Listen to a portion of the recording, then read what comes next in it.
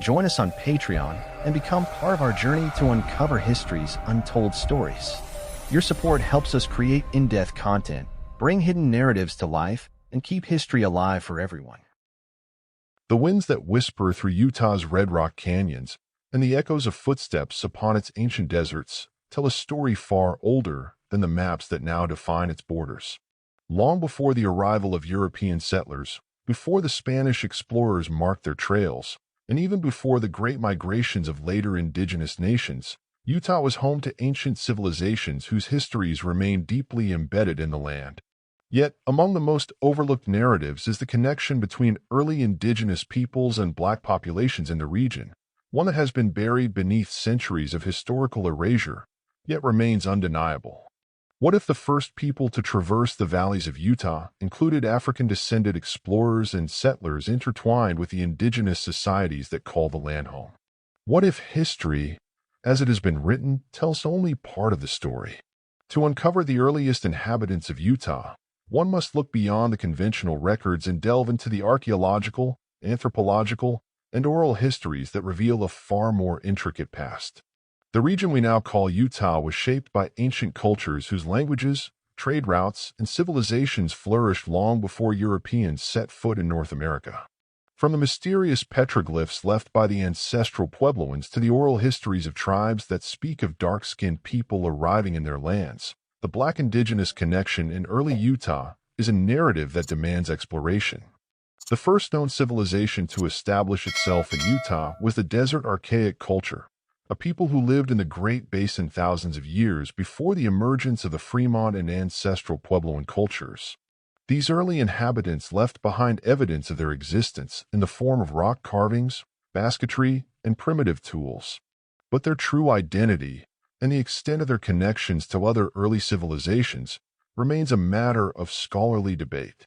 Some researchers have speculated about the possibility of early transoceanic contact that could have brought African or African-descended people to the Americas long before the transatlantic slave trade.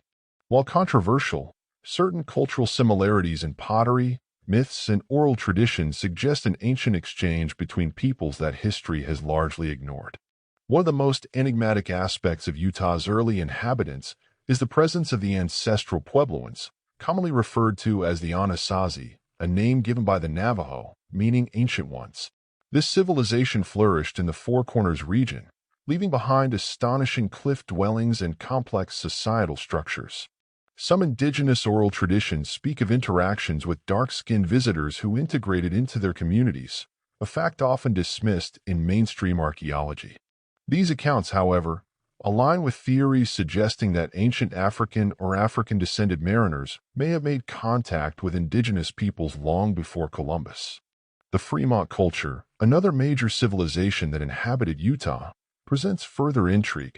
Unlike the Puebloans, the Fremont people adopted a different subsistence pattern, living in pit houses and relying heavily on hunting and gathering alongside agriculture. Some researchers believe that their artistic representations on rock walls hint at interactions with non-indigenous people who might have traversed the region. The question remains, could early Black populations have played a role in the cultural development of these ancient societies? Moving forward in time, historical records reveal that African-descended peoples were present in Utah much earlier than mainstream narratives suggest. While the arrival of enslaved and free Black people in the 19th century is well documented, there are indications that Africans and Afro-Indigenous people lived in the region far earlier. Spanish explorers in the 16th and 17th centuries recorded encounters with indigenous groups who described other populations living among them, people who bore physical characteristics distinct from the Europeans and the familiar indigenous groups of the Southwest. The oral traditions of various Native American tribes add another dimension to this history. The Hopi, Zuni, and Ute peoples all have stories that speak of travelers who came from distant lands, some described as having dark skin and distinct features.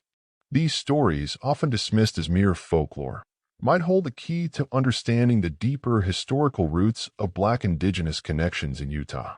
Could it be that these ancient travelers, whether by way of transatlantic or trans-Pacific routes, found their way into the heart of North America, forming bonds with the peoples already inhabiting the land?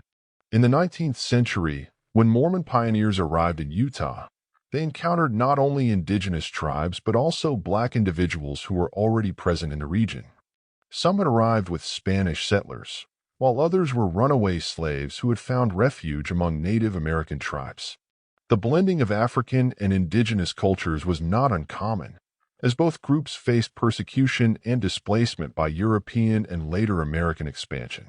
The forced removal of indigenous tribes from their lands, coupled with the systemic erasure of Black contributions to early American history, has obscured much of this shared past.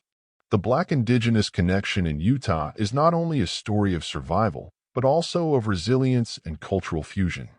Today, descendants of Afro-Indigenous peoples in the region continue to reclaim their histories, piecing together fragments of a past that was nearly lost to colonial narratives. As more research emerges, and as Indigenous and Black scholars continue to challenge traditional historical frameworks, the story of Utah's first inhabitants grows richer and more complex.